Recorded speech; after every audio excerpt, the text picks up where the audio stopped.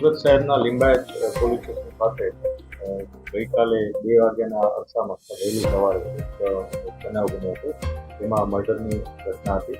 આ બનાવ અનુસંધાને પોલીસે તત્કાલ ત્યાંથી જે ઘટના બની હતી ત્યાંની વિગતો ચકાસવાની શરૂ કરી અને તરત જ જે ગણતરીના કલાકોમાં જે આરોપીઓ હતા એને આઈડેન્ટિફાઈ કરી અને એને પકડી પાડ્યા છે. આ આરોપીઓમાંથી એકનું નામ ભગવાન મંગલુ સ્વાઈન છે અને બીજાનું નામ છે દીપક કુમાર સરજુ પ્રસાદ સિંહ. આ 2 આરોપીની પોલીસે ધરપકડ કરી છે. આ ઉપરાંત અન્ય 2 આરોપીઓ પણ આમાં સંડોવાયેલા છે.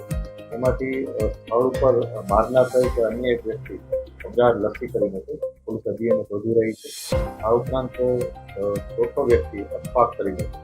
આમાં મૂળ જેને કહી શકાય એ અશફાક છે કે અશફાકનો ઝઘડો જે મરણ દિનાર છે એના સાથે થયો હતો અને એ ઝઘડા અનુસંધાને અશફાકે આ લોકોના અશફાકના મિત્રો હતા, તો આ લોકોએ નક્કી કરેલ કે આને કઈ ને કઈ રીતના પાઠ ભણાવવો છે.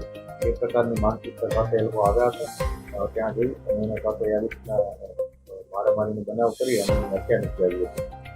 આ ઘટનામાં અમે શોધી રહ્યા છીએ કે સ્થળ ઉપર કઈ જગ્યાએ આગળ છે, પરંતુ સીસીટીવીમાં 3 જણા છે એમાંથી અશફાક